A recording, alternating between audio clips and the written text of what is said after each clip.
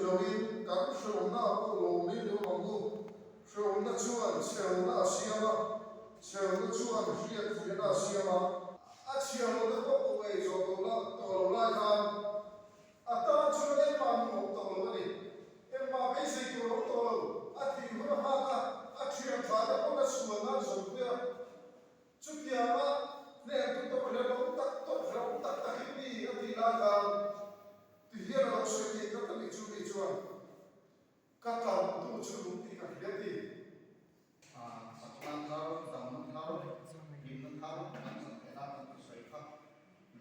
现在吧从给大家从水分动作呢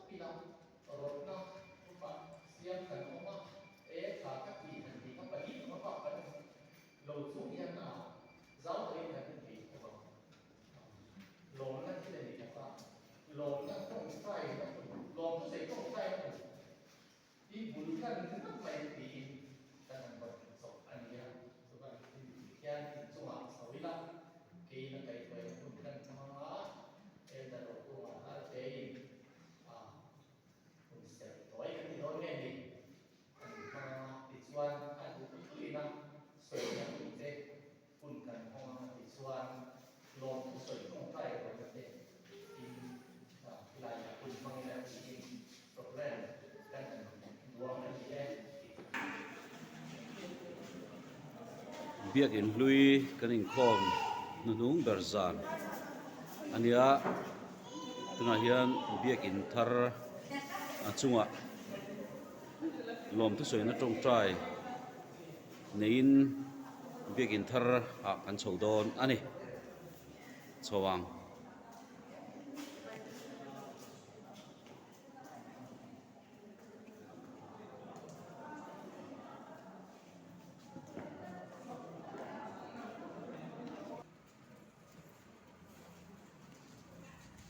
biak in thar lụa chầu turin le trong trai na te lom tu soi trong trai na te nei turin member te biak in thar tura kan chou mek ani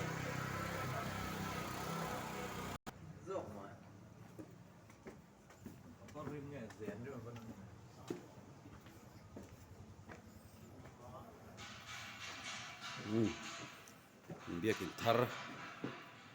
chung kai ta nuam rui khop mai biakin thar vanuam em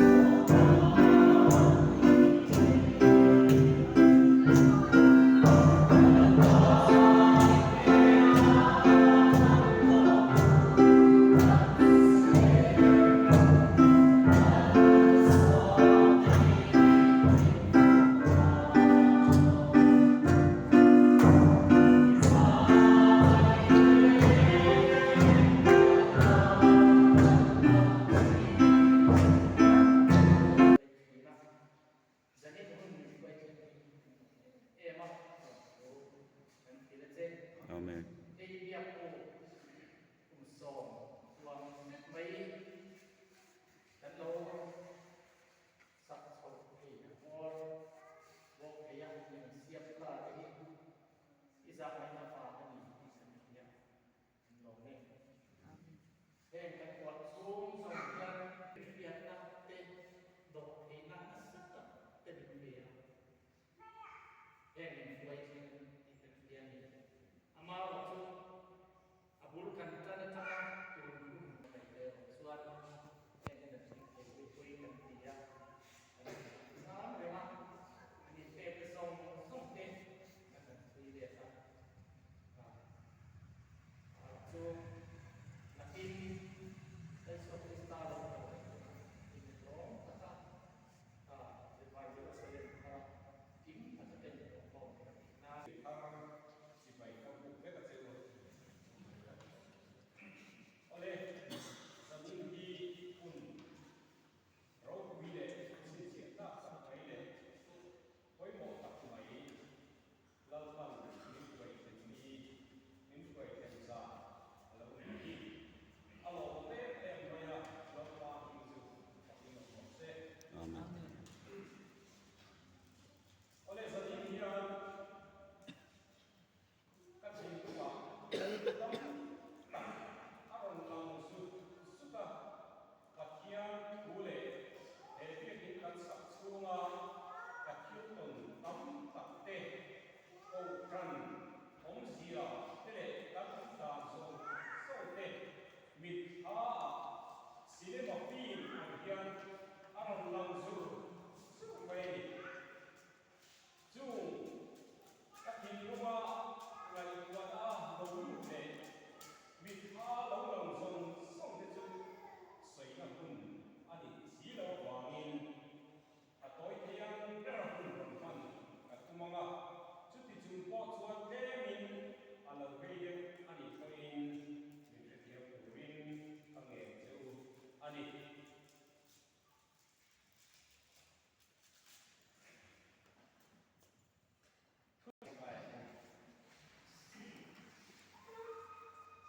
lalpa chung ker lele pa ne tui kim pian te achunga kilom song te siang a tin tu en kola sualin ati chiata ati ora min ron song chua koina ifapa i suwa krista nun nan tak maya min ron lele le apang ne Antara satuan nunte dibuat saya sakya bangin kalau bangin lo bukan kita sih dijual kopela dia ikan cinta ini siang song tempo apa bang apa kekura ibu bangin uang dan kurin kopel pun uyang su kalau hari cross mga ina iron ta chu bom chu turin nangin amami ai aro kuina anasare swal kurani itwa kan pangin hebi asin ro kuina hi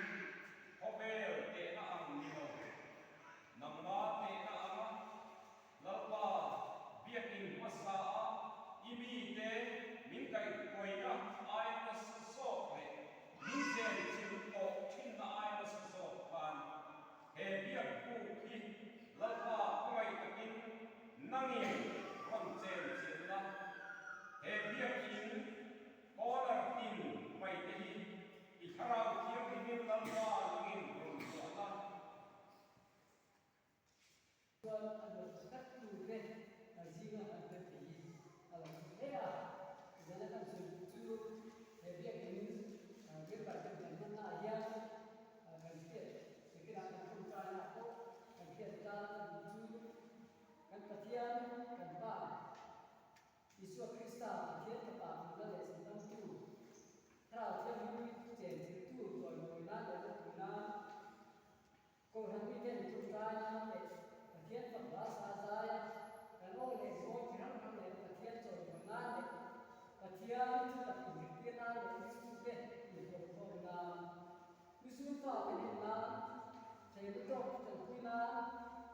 dan ong di anung ture di tomna lalpa a kan lo na kan bu so na mun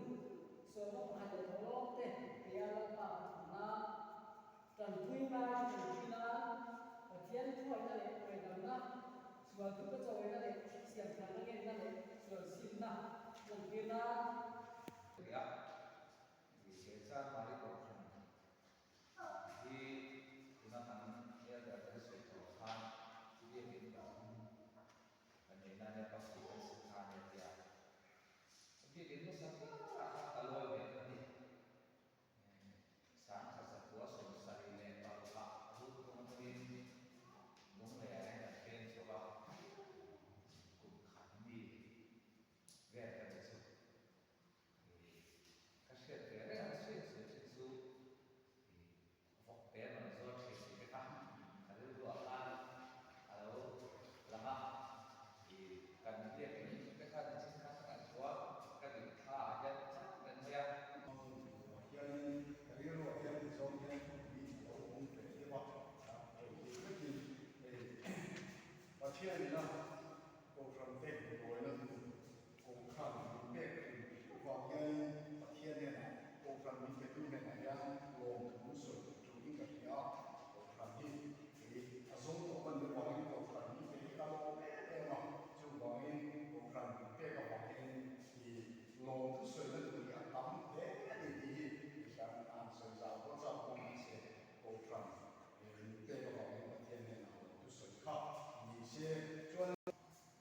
bidang tak kian tu dia mengenai di mobil atau apa. Polisi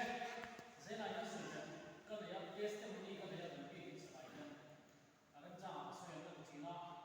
amara tu saya ni suri, na ada yang dia tak, tu dah jual, jual orang busong, macam sendiri tugi, kalau orang lain orang yang dia dengan sak, jam yang, dan sakit kita ni lah, jadi kami kan lain sekarang. Anuai dan siap mar zong thalak tene kan da thabiam ni sia kan ta ba cho sa na ya long tu sui na ang deu ka mun kha ku su ba mun man kha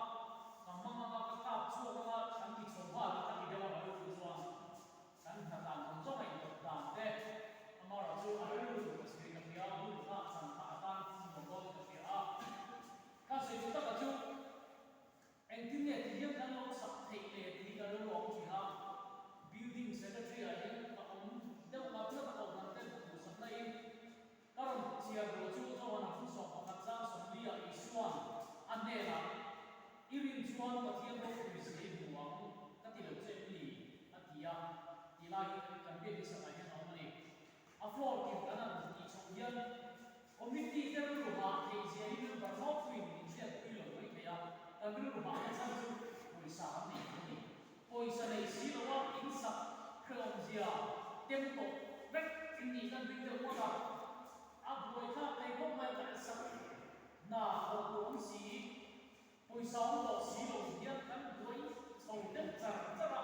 ma se ma de pai pathia ni a hu ta ka kan mo mo to kan ti chong nei da ju min pe sel ilai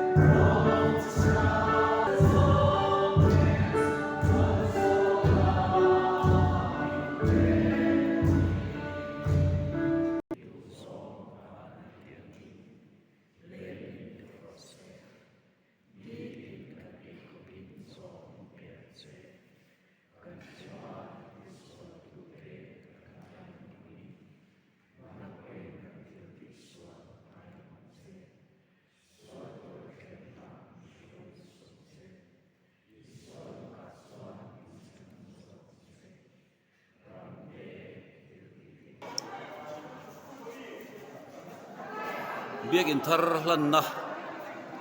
in khom kan zowa kan bang thla te kan la a nuam hle mai